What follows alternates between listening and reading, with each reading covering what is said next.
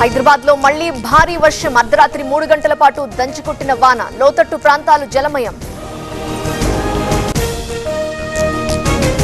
మాజీ MP Nandigam Suresh arrest. Hyderabad నుంచి మంగళగిరికి తరలింపు. టీడీపీ ఆఫీస్ పై దాడి కేసులో పోలీసుల యాక్షన్.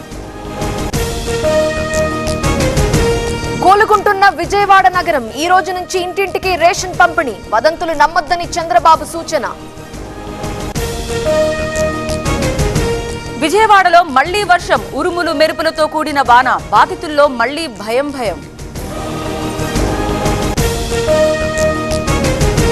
ఈ రోజు ఏపీకి కేంద్ర బృందం. కృష్ణా, ఎన్టీఆర్, గుంటూరు జిల్లాల్లో పర్యటన. వరద నష్టంపై ప్రాథమిక అంచనాలు. తెలంగాణకు వరద సాయం నిధులు. ఎస్డీఆర్ఎఫ్ నిధుల్ని వాడుకోవాలన్న కేంద్రం. 1345 కోట్లపై కేంద్ర హోంశాఖ కీలక ఆదేశాలు. ప్రభుత్వం వచ్చి 100 రోజులు కాలేదు, అప్పుడే విమర్శలు చేస్తారా? వరద రాజకీయం అంటూ వైసీపీపై పవన్ మండిపాటు.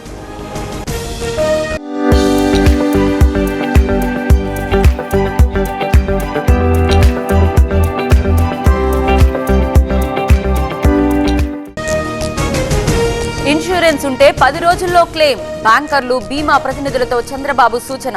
అందరినీ ఆదుకుంటామంటూ సీఎం భరోసా.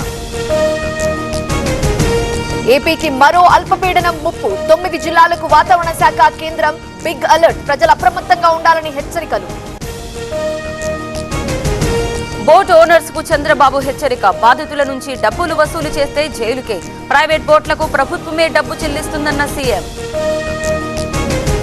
విజయవాడలో మరోసారి జగన్ పర్యటన. రాజరాజేశ్వరిపేటలో బాధితులకు పరామర్శ.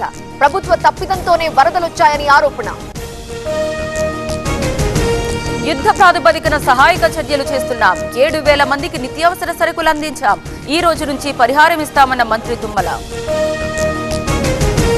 వరద బాధితులకు పవన్ 6 కోట్ల విరాళం. తెలుగు రాష్ట్రాలకు 1 కోటి చొప్పున సాయం. ఏపీలోని 400 పంచాయతీలకు 1,00,000 చొప్పున విరాళం.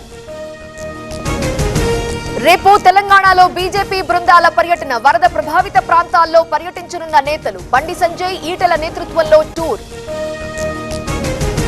వరదలను జాతీయ విపత్తుగా ప్రకటించాలి. మంత్రి పొంగులేటి డిమాండ్. ఖమ్మం జిల్లా వరద బాధిత ప్రాంతాల్లో పర్యటన.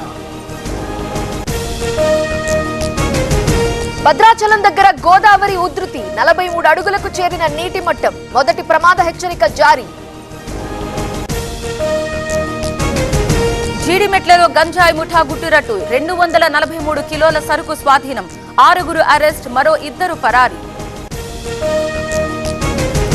వైసీపీ నేతలకు హైకోర్టులో చుక్కెదురు. బెయిల్ అభ్యర్థనను తోసిపుచ్చిన న్యాయస్థానం. మధ్యంతర ఉత్తర్వులు ఇవ్వటం కుదరదని వ్యాఖ్య.